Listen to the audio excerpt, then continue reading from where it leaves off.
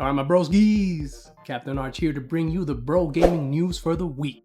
I took a holiday break and I'm beyond grateful, as coming back I see that the channel is gonna reach 100 subscribers even before I managed to upload this video, and that makes me super hyped, man. Thank you, my bros. That just brings us one step closer to the major goal of this channel, which is really to build a community of like-minded bros. Without further ado, here's the news. Bethesda will now call you out on your hate, my G's. So you went to your local Italian restaurant as it hyped up its vast menu of options and extraordinary food quality, right? And you end up leaving disappointed and decide to let the bros know on the internet how mid your experience was, only to have the restaurant respond back to your review. Went to Olive Garden. Breadsticks weren't sticking. Chicken poppers not actually popping. Oh yeah, the issue here, obviously, broski, is that your taste buds are shit, and that's why you aren't able to, discern that high quality product that we're delivering here at our restaurant. Play Starfield. Many loading screens. Nah, bro, the issue here is that, we created a vast and limitless game. As we speak, planets are being generated right now, you know what I mean?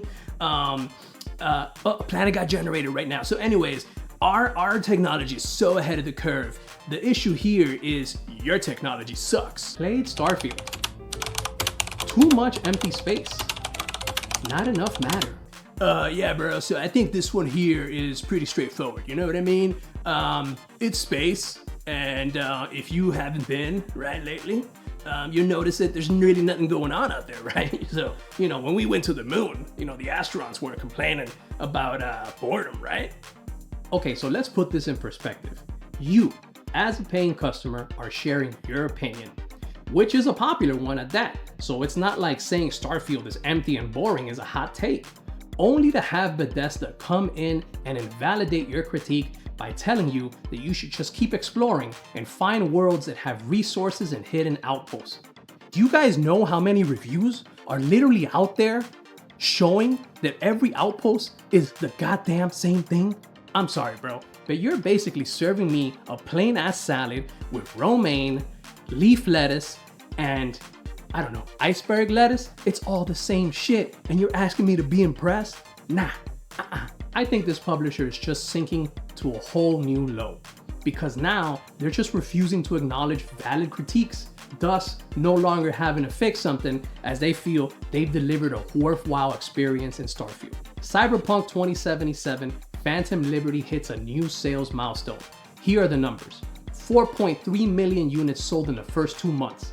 About 1 in 6 owners of the original game also purchased the expansion, so that's basically a 20% conversion.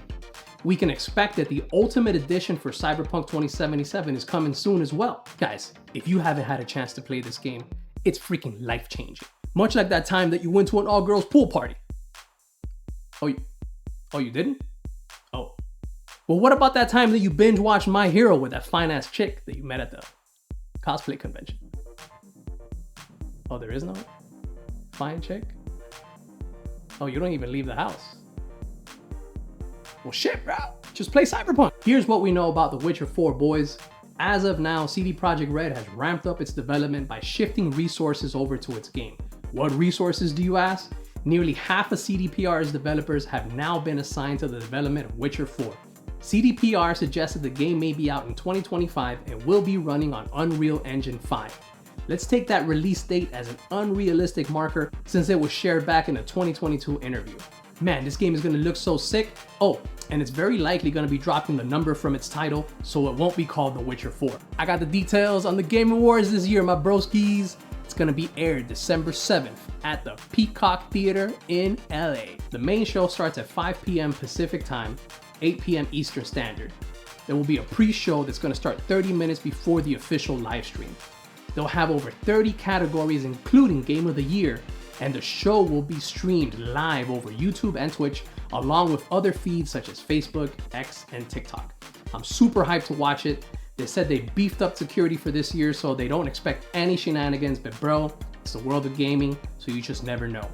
Xbox further adds to the hype when they shared that they had some important announcements and Xbox news at the Games Award this year. The only thing that's on my mind is when can we expect Activision Blizzard games on Game Pass?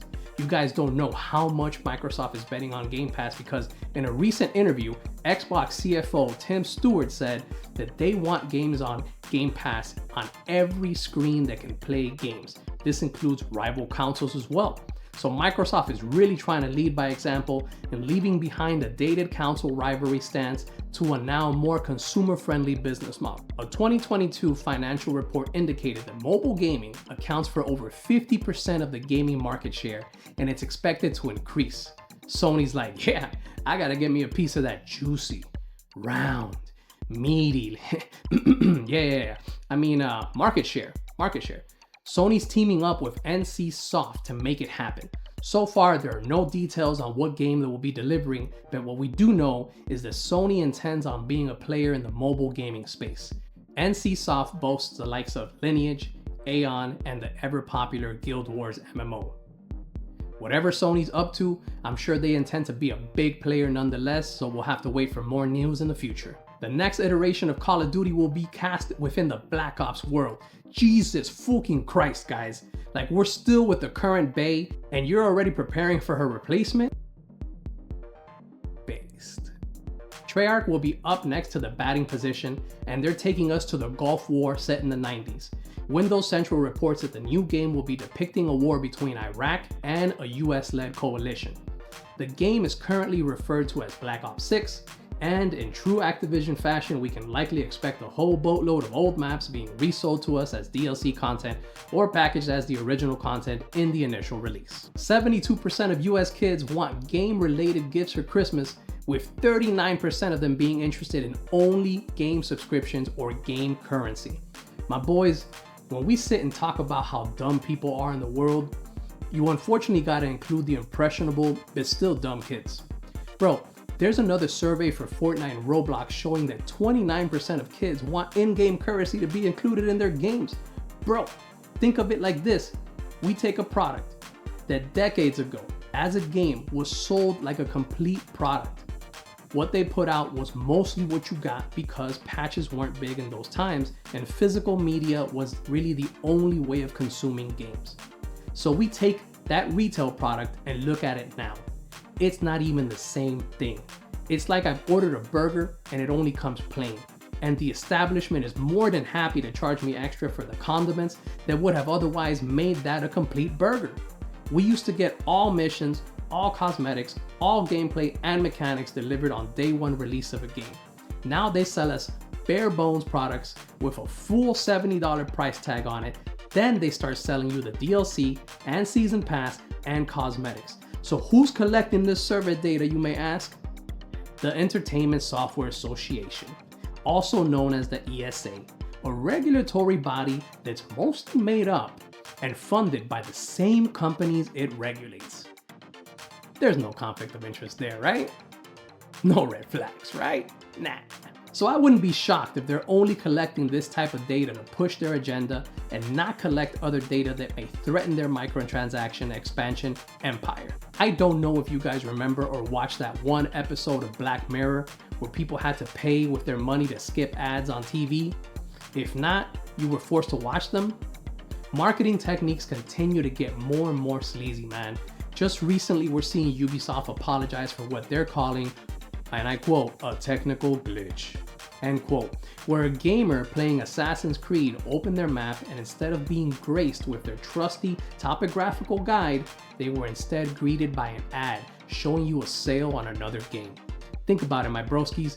Back then, they would tell us, oh, microtransactions are only on free-to-play games so that it can fund ongoing development and expansion costs. Now the full price game has an ass load of hidden ads in the form of cosmetic bundles because yes, those are adverts for what else but their own products so that you can buy it. And now while playing the actual game, I gotta be hit with a glitch ad? Bro, that ain't no glitch. That was a pilot where Ubisoft are simply testing their marketing tool. That's it for the news this week, my bros. Like and subscribe if you enjoyed the content. I'm going to be looking to live stream some Let's Plays as I want this channel to be able to cover a wide array of games, which I consider fun or interesting to bring to you guys. Deuces, boys.